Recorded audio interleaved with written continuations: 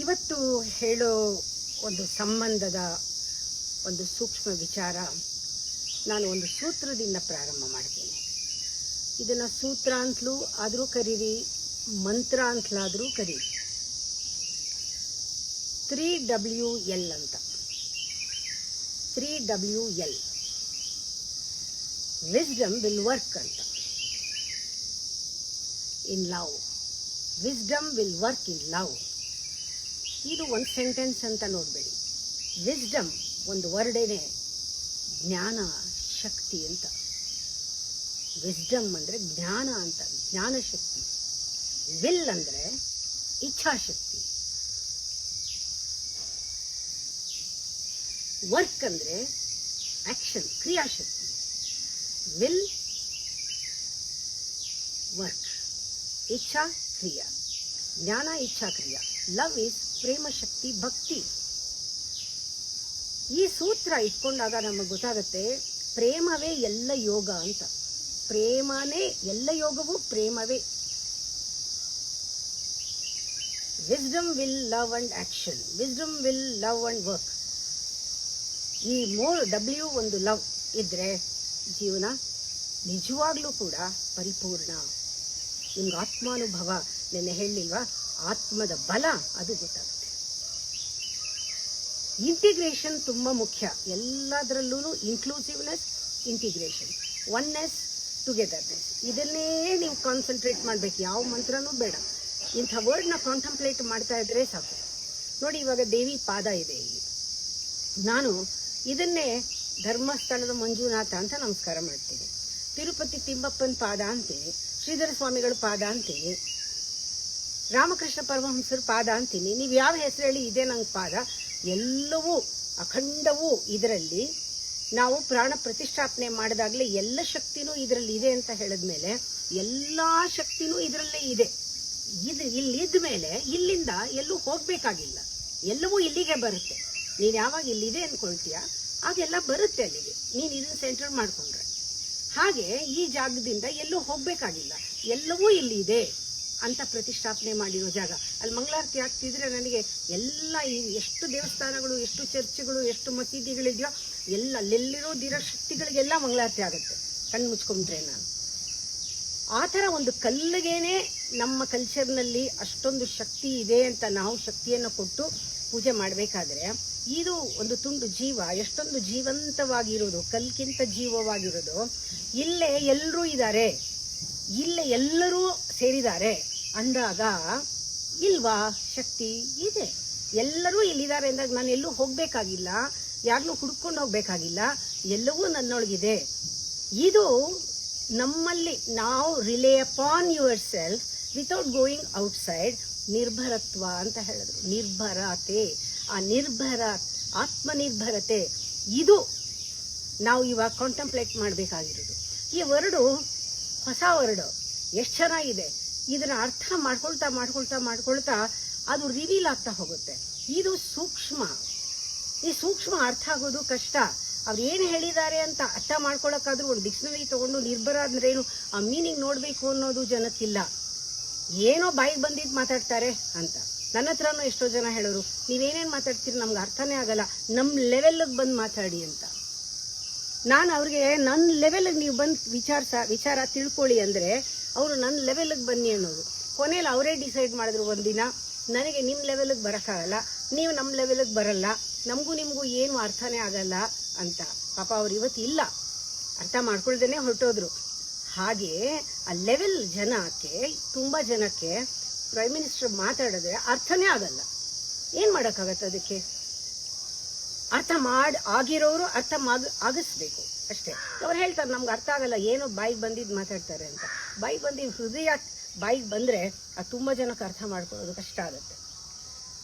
ಹೀಗೆ ಪ್ರತಿಯೊಂದು ಕಲ್ಲಲ್ಲೂ ಒಂದು ಶಕ್ತಿ ಸಂಚಲನ ಆಗ್ತಾನೆ ಇರುತ್ತೆ. ನಾವು ಅದನ್ನು ದೇವರು ಅಂತ ಕರೆದ್ವಿ. ಕಲ್ಲಲ್ಲಿಲ್ವಾ, ನೀರಲ್ಲಿಲ್ವಾ ಶಕ್ತಿ ಸಂಚಲನ ಆಗ್ತಾ ಇದ್ರೆ? ಎಲ್ಲದರಲ್ಲೂ ಇದೆ. ಗಾಳಿಲಿದೆ, ಪಂಚಭೂತಗಳಲ್ಲೇ ಇದೆ. ಆ ಒಂದು ಶಕ್ತಿ ಮೂಮೆಂಟ್ ಇದೆ. ಅದನ್ನು ಆಸೆ ಅಂತಾರೆ, ಇಚ್ಛಾಶಕ್ತಿ. ಆ ಇಚ್ಛೆಯೇ ಎಲ್ಲರೊಳಗಿರುವಂಥದ್ದು. ತಮೋ ಗುಣದವನ ಹತ್ರನೂ ಇಚ್ಛೆ ಇದೆ, ಆ ಆಸೆಯ ಒಂದು ಕರೆಂಟ್ ಇದೆ. ರಜೋ ಗುಣದವನೊಳಗೂ ಇದೆ, ಸತ್ವಗುಣದವನೊಳಗೂ ಆಸೆ ಇದೆ. ಆಸೆ ಅನ್ನೋ ಕರೆಂಟ್ ಓಡ್ತಾ ಇರುತ್ತೆ, ಯಾವಾಗಲೂ ಇದೆ.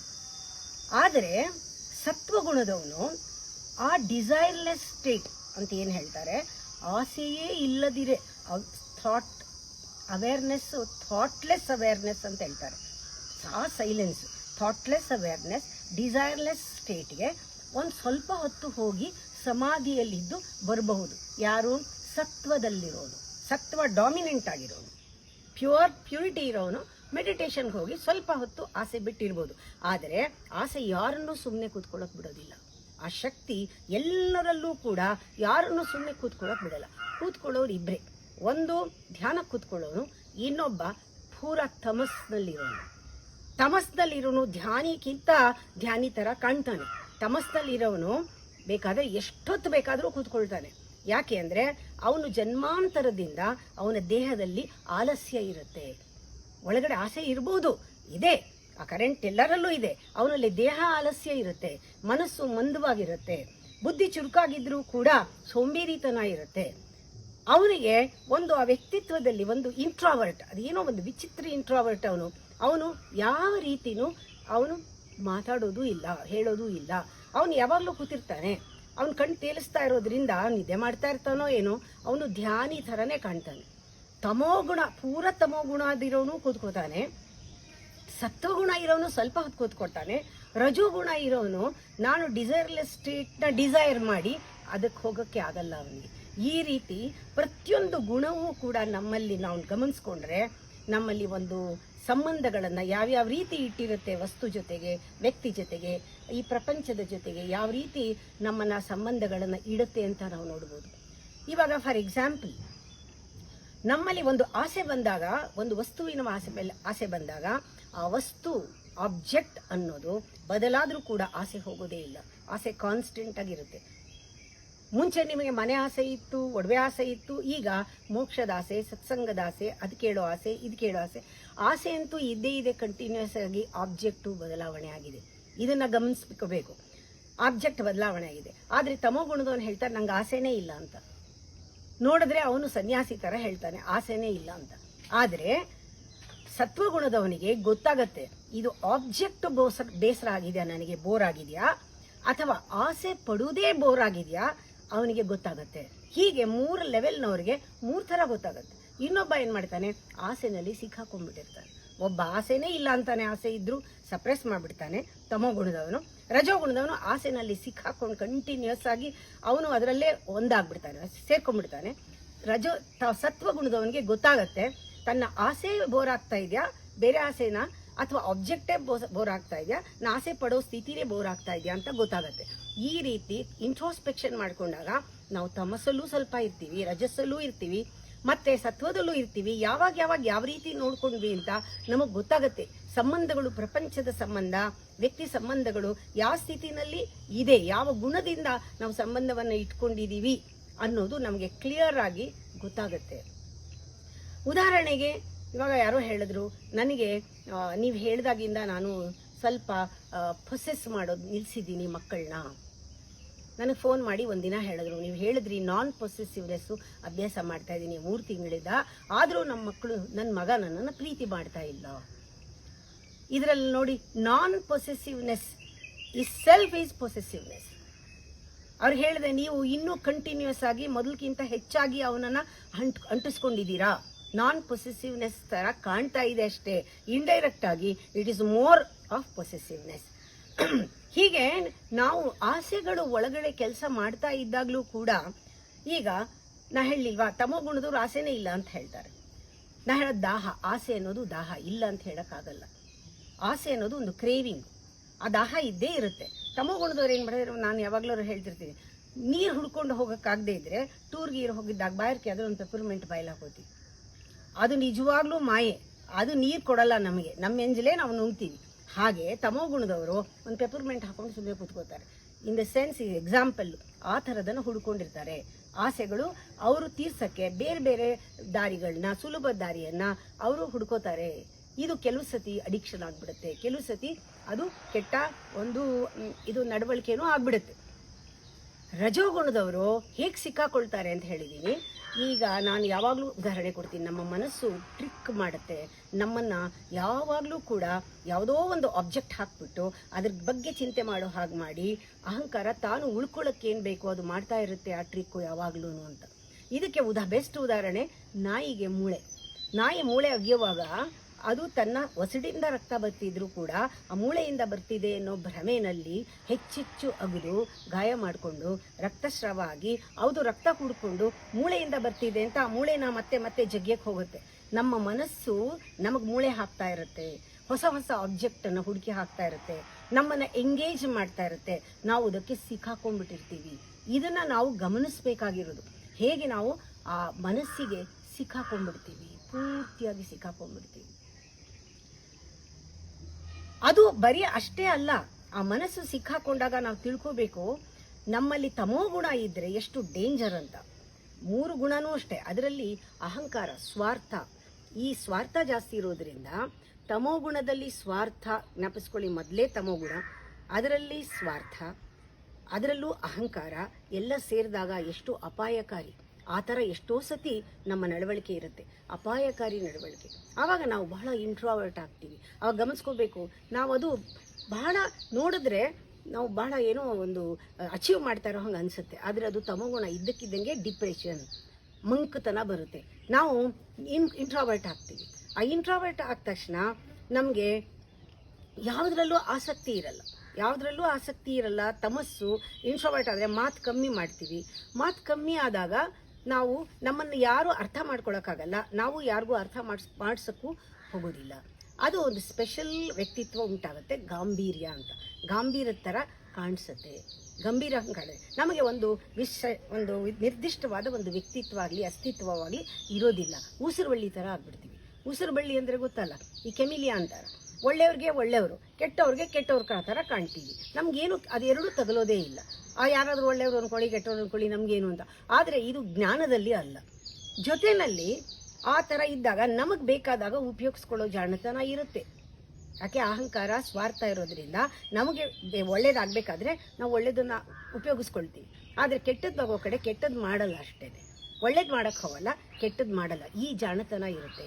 ಈ ಜಾಣತನ ಇದ್ದಾಗ ನಾವು ಸಮಯವನ್ನು ಬಳಸ್ಕೋತೀವಿ. ನಮಗೇನು ಗೊತ್ತಿಲ್ಲದೆ ಇರೋ ಹಾಗೆ ನಟನೆ ಮಾಡ್ತೀವಿ. ಏನು ಗೊತ್ತಿದ್ರೂ ಕೂಡ ಗೊತ್ತಿಲ್ಲ ಅನ್ನೋ ಹಂಗೆ ಮಾಡ್ತೀವಿ. ಆಮೇಲೆ ಏನೋ ಒಂದು ಸಿಂಪತಿ ಗಿಟ್ಟಿಸ್ಕೊಳ್ಳೋಕೆ ಏನಾದರೂ ಮಾಡ್ತೀವಿ. ಜೊತೆಯಲ್ಲಿ ಆಮೇಲೆ ಎಲ್ಲರೂ ತಾವೇ ನಮಗೆ ಮಾಡಬೇಕು ಕೆಲಸ, ಆ ರೀತಿ ನಮಗೆ ಸಹಾಯ ಮಾಡಬೇಕು, ಆ ರೀತಿ ಇರ್ತೀವಿ. ಸಿಂಪತಿ ಅಂದರೆ ಇನ್ನೊಂದು ಯಾವಾಗ್ಲೂ ಸಾರಿ ಫಿಗರ್ನ ತೋರಿಸ್ತಾ ಇರೋದು. ಈ ಥರ ನಾವು ಮಾಡ್ತೀವಿ.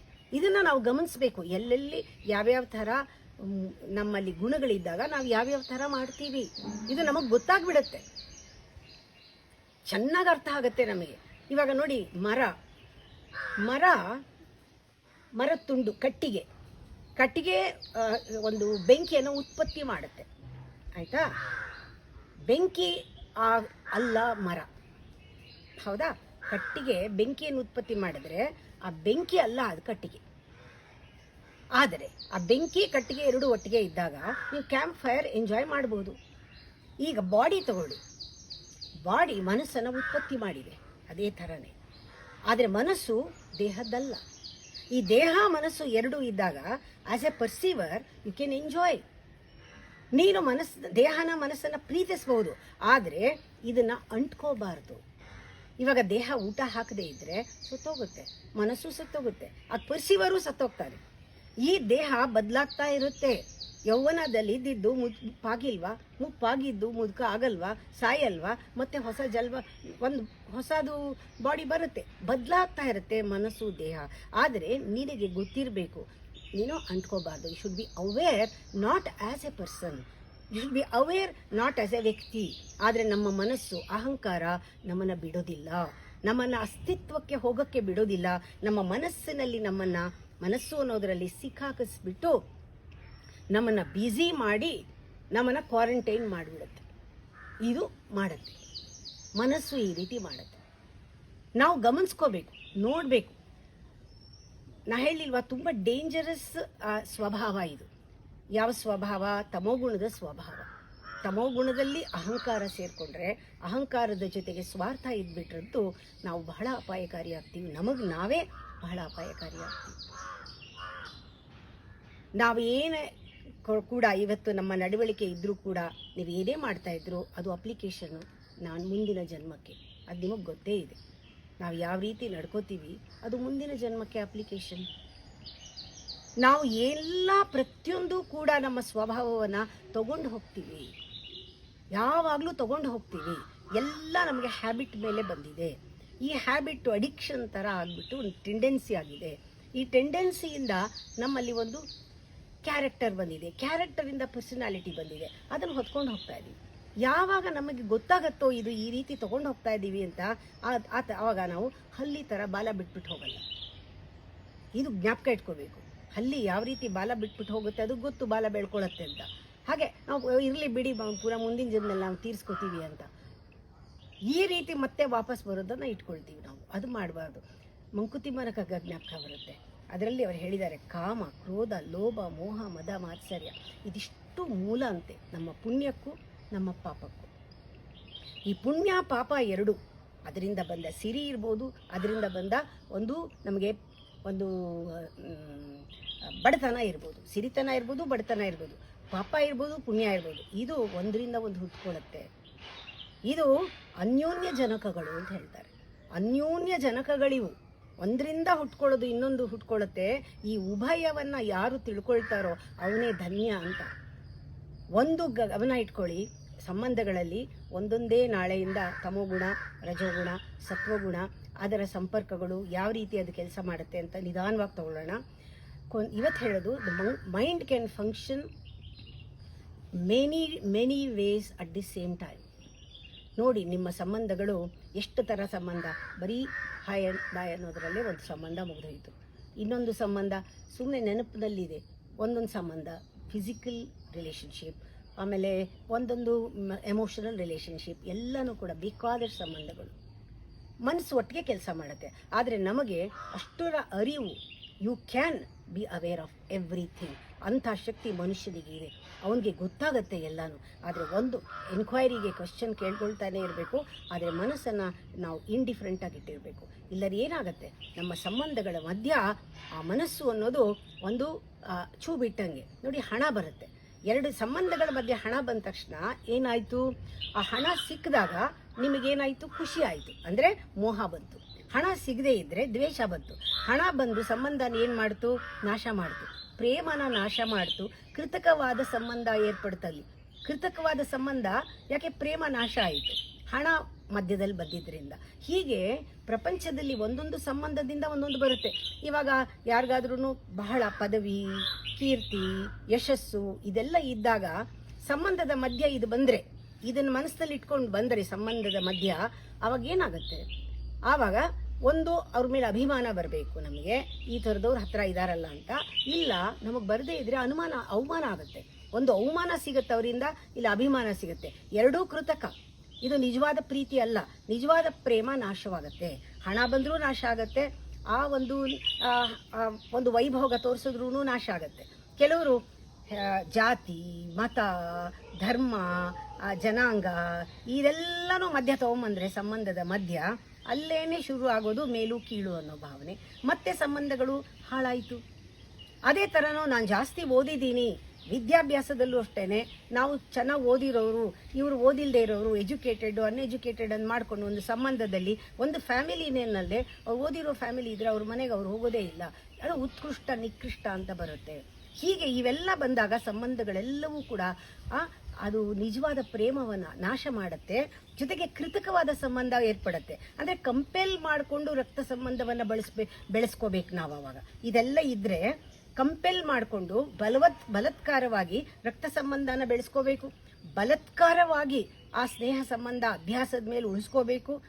ಬಲವಂತವಾಗಿ ನಾವು ಭಾವ ಸಂಬಂಧಕ್ಕೆ ಒಳಪಡಬೇಕಾಗತ್ತೆ. ಬಲವಂತವಾಗಿ ಕಂಪೇಲ್ ಆಗಿ ಒಳಪಡಬೇಕಾಗತ್ತೆ.